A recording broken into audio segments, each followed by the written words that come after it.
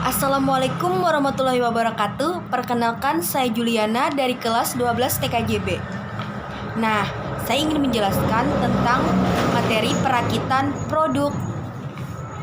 Tapi sebelum materi yang akan saya bahas ini, saya ingin menjelaskan sedikit dulu agar kalian tidak lupa tentang perakitan produk. Pengertian perakitan. Perakitan adalah suatu proses penyusunan dan beberapa bagian komponen menjadi suatu alat atau mesin yang mempunyai fungsi tertentu. Nah, metode perakitan produk itu pasti ditinjau dari proses penyambungan komponen. Misal, metode pertama kaskade, 2. Metode keseimbangan, 3. Metode bongkar pasang atau knockdown.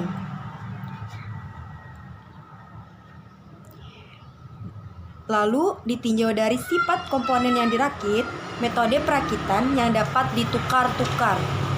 Lalu nomor 2, perakitan dengan pemilihan, dan yang ketiga, perakitan secara individual. Banyak banget ya pemirsa ya. Tapi yang saya bahas bukan tentang perakitan suatu produk. Dalam artian, saya akan membahas faktor apa saja yang perlu diperhatikan dalam menetapkan metode perakitan suatu produk. Nah, yuk simak yuk bersama aku, biar kalian bisa sedikit memahami dan kita sama-sama saling belajar. Yang pertama, jenis bahan yang akan dirakit. Setiap jenis bahan memiliki sifat-sifat khusus dari bahan lainnya, sehingga sewaktu dilakukan perakitan jenis bahan sebelumnya harus diketahui sifat-sifatnya. Sebab dengan diketahui sifat-sifat bahan ini sangat berpengaruh terhadap pemilihan metode perakitan. Nah, buat teman-teman, perlu banget nih diperhatikan jenis bahan yang akan dirakit.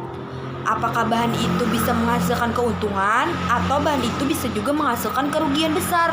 Karena kita pasti memilih barang itu pasti yang berkualitas kan dan bermutu, dan pasti ada sertifikat halalnya. Oke kan? Bener kan aku?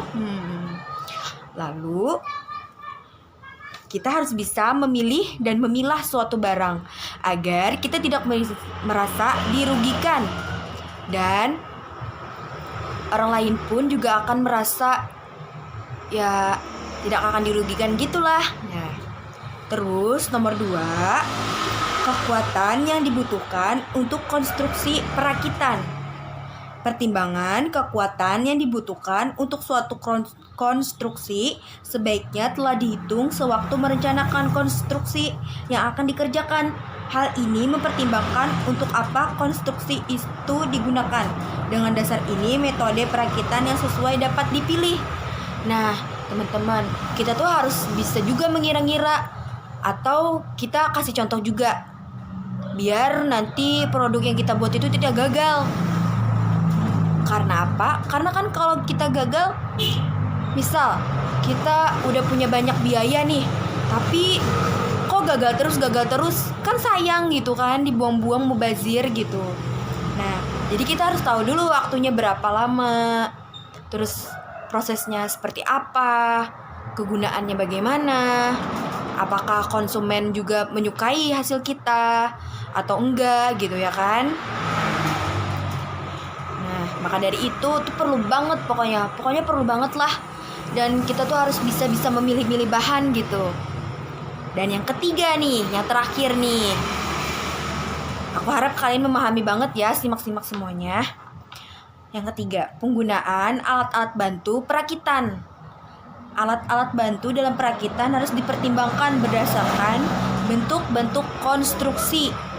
Konstruksi yang terdiri dari jumlah komponen yang banyak membutuhkan alat bantu perakitan, terutama untuk memproduksi suatu alat dalam jumlah relatif besar, sehingga memerlukan metode perakitan yang sesuai dengan hal tersebut.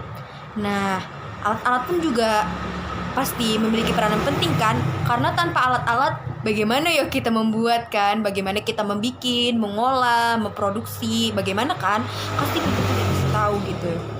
Nah, sekian dulu dari saya ya. Nanti silakan terus dibuka-buka jika kalian tidak memahami. Dah, assalamualaikum warahmatullahi wabarakatuh.